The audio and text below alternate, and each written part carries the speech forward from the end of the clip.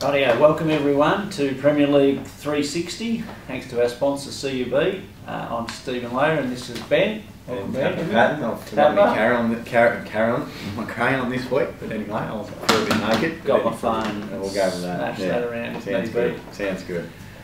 How did we see round 6, Steve? Oh, interesting. Probably closest so far this season. Yeah, definitely. Yeah, even a little draw in there for the first time this year, which is good to see. First match, Turtles defeated the Cinderella Boys. Turtles, Joel Watson, solid with 40, Neil Hall 36, and then Dave Wilson and Alan Guy okay with 32.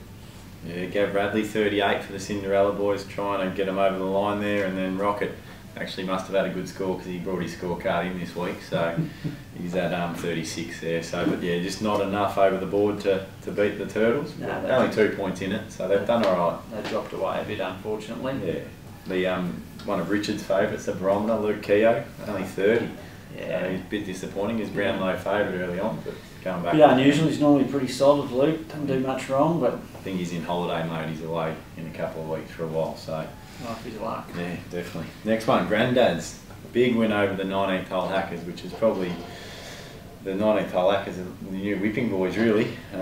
Jack Crawford flew out of the box, 40 points. Terry Jeffries, 37. Blair Christie, 37. And Stan Boat, really consistent lately, with 37 again. Only highlights Ben Docking for the 19th hole Hackers with 37, and Nathan Richards, who's in a pretty good vein of form at the minute with 34, and then they drop right away. Yeah, nothing else to report there, really. The Fockers up against Mixed Bag, and this was our draw. Yeah. Interesting. Peter Durant, 36, Stu Manser, 35, Andrew Jacobs, and with 35 also. Trav Cloak tailed him off with 34. Mixed bag, my mate Goffey, again, 40 points. He's up there every week lately. Terry Cargill, 35. Steve Morgan, probably about the first time he's been in the top 4, 33, and your mate, your best man, Brett Vincent. Don't know how we got in the top 4 with that, but shows you the lack of depth for the mixed bag this year. Good comeback actually, he had 24 points the week before. Yeah, I did see that's probably pretty good, Brett. Yeah. And the last one, Reluctant Heroes, defeated the Party Boys, last year's premiers, so they need to get their act together a little bit, but Jay Bennett, 37, and Mark Skulls, 34. They were probably the only really main scorers there. Steve Jones and Kirk Ardley and Brendan Kelly all around that 33-30 to round them off. Yeah, and their Party Boys, Pete Retallick, 34, try with some inspirational work off the course as well as on it. We'll touch on that later. Peter Borden, 34, and then the hard-working Harley, 29, and Jason Scott, 29. Probably Jace's probably worst round for a while. So he hasn't been good this year, Jace. He's been working hard at it though. He's been on the range. It just hasn't. He might be working at the right stuff. Hasn't clicked. Not yet, anyway. So we hope he gets back up there because they need to really rally to make sure they're in the top 4. Yeah, they're just percentage outside the top 4 at the minute. Witches and Warlocks had the bye, which is lucky because Cole Johnson was their top scorer with 31 points. 31. They were the lowest scorers for the week too, the Witches and Warlocks, which is not unusual, really. Updated the ladder. Reluctant Heroes sitting on top. Now half a game clear. Yeah. And great percentage. So not a great percentage. No, not a great percentage. I've got that wrong, didn't I? Not a great percentage. I think their percentage is a bit below the Fockers who are on second position, so they just need to keep winning, and percentage won't really matter really at the end of the day. So the Fockers sit in second position with that draw on the weekend, the outright second, and then it's pretty interesting after that. 3 teams sit on the same amount of points with only percentage separating them out of the top 4. As you said, Party Boys just sitting out by percentage. Yeah, it'll probably start to sort itself out in the next couple of weeks. It will. Yeah, Hero of the Week, we'll go into that. There's probably a couple. Jack Crawford could have quite easily got it with his 40 points to get the Granddads a big win on the weekend. But again, I'm going to have to go with probably the favourite for the Brownlow this year so far is my mate Goffey. He's got one, mate. I need one. I need one. But he's trudging around out there. He's got to put up with Steve Morgan each week and Kirk Ardley and these boys, and he's come up with 40 points again. And halfway around, he sent me a photo, and the poor bloke, his front wheels just snapped off his buggy, so Yeah, had a look at him lately. Wouldn't hurt him to walk a bit more. That's a bit harsh, but anyway. So he's had to lug a buggy around with only 2 wheels like we used to do in the olden days, I suppose. All these 3-wheel buggies now make it pretty easy. So we had to go back to the olden days, and it didn't hurt him. He's come out with 40 points. So I'm going to have to give him my hero of the week. Yeah, So not sure. He was could easily have been Sook of the Week. Turned up with a note of being out of uniform, signed by my partner. Oh, come on. The dryer got the blame, didn't it? The Yeah, dryer the shrunk the dryer. shirt, I think. So Might have been the 7 pies he had during the week, maybe. that might have contributed a little bit. I think Terry Cargill had the same excuse earlier on in the year too. So I don't know. I need to get some high quality shirts from our pro shop or stop eating a little bit. I think so. 7 pies, 25 beers he had when they week off with the bye.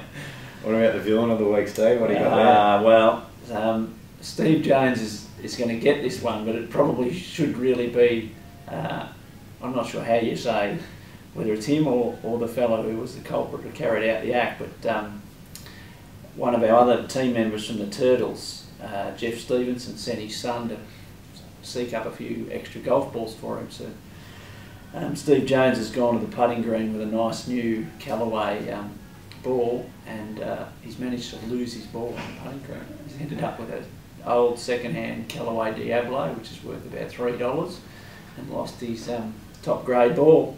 So Brody Stevenson, I think, is the culprit who might have ended up with his we new did get ball, word that he might have pocketed a brand new ball. which is Jeff's son. So we think there's a bit of something going on there.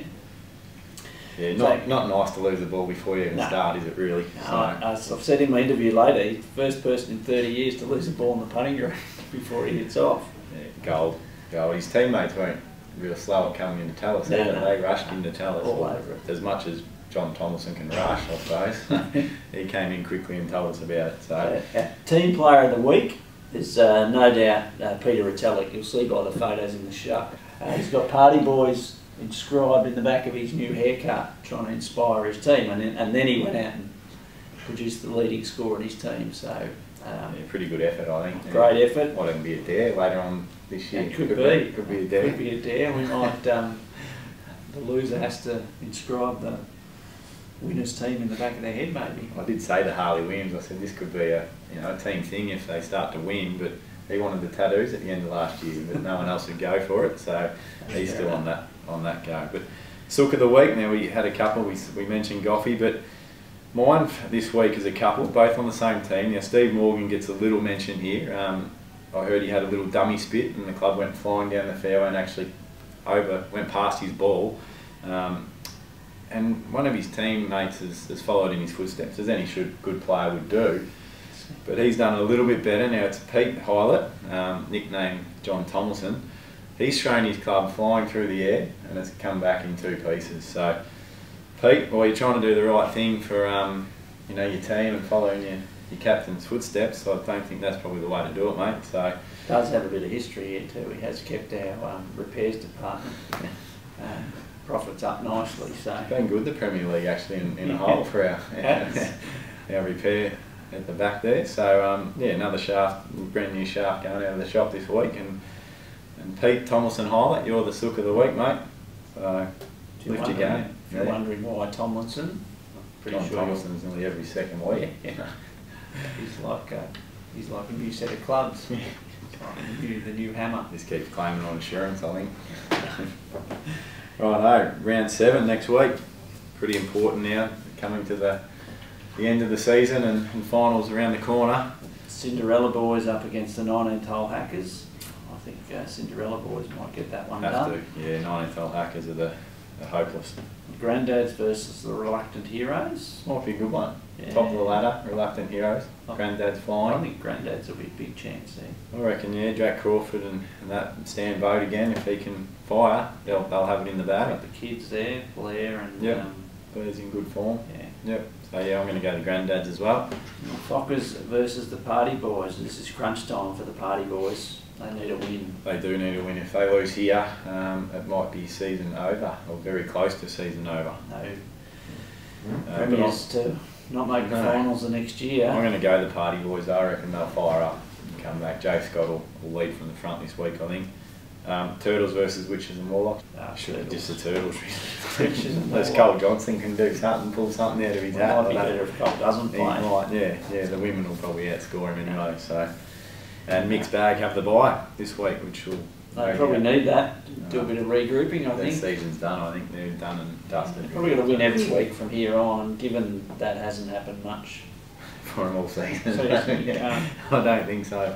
I think they're gone. So Goffey can't play twice. No. He's lucky to get round 18. So we might sell the buggy too this week, so we're in going good form in the pro shop there. So, but thank you, thanks Steve, thanks Amy, thanks CUB, and we got a little interview out on the first tee from Captain Steve Jones just before he hits off, so please enjoy. How you going, Steve? We're on the first tee here, round 6 of Premier League with Steve Jones, captain of Reluctant Heroes. Proud Reluctant Hero. Proud Reluctant Hero. 4-1, happy with that? Little shock to have lost a game. Especially to the Fockers. Yeah, lost to the Fockers. Still haven't washed the stench of the loss of the Fockers off. Yeah, embarrassing. Got 2 of them over here. Yeah, one Shane of them. Woden, the bloke who will be remembered as the worst Brownlow medalist of all time. Yes, I don't hear anyone jumping to his defence. Nah, you won't find anyone who'll jump to his defence. Now, before we tee off, or before you tee off, there's a rumour that you have lost a ball on the putting green. Now, I've been here playing golf here for 30 years. That is a first. Please explain. Well, I had I think it was a Callaway SR2. I don't consider myself big enough to use that one where you need the 100 mile an hour swing speed, so go to the Little Boys SR2. No, you're not doing Turned that. her into a Diablo, which... That's the cheapest ball you can find, I think, you find. I- Like a rock. I can lose balls anywhere, but I've never lost one putting green. Oh, I've never heard of that before. I hope it's the only one, and I hope there's no 2-shot penalty attached to losing on the putting green. I can't imagine your teammates would sledge you much about that either today. No, Johnny will look after Johnny me. Tomlinson over there, About the still Fockers. rolling on the ground laughing. and keep sending in photos while you're out there each week. Yeah, it was good Always last good week. to see. We've got plenty of photos off Lots Gossy and Lots Walls. of interaction and gives us a little bit more sledging ammunition, which can never go astray. Keeps Amy working. Yeah. Too. So Makes this easier for us. definitely. Thanks everyone. See you next week.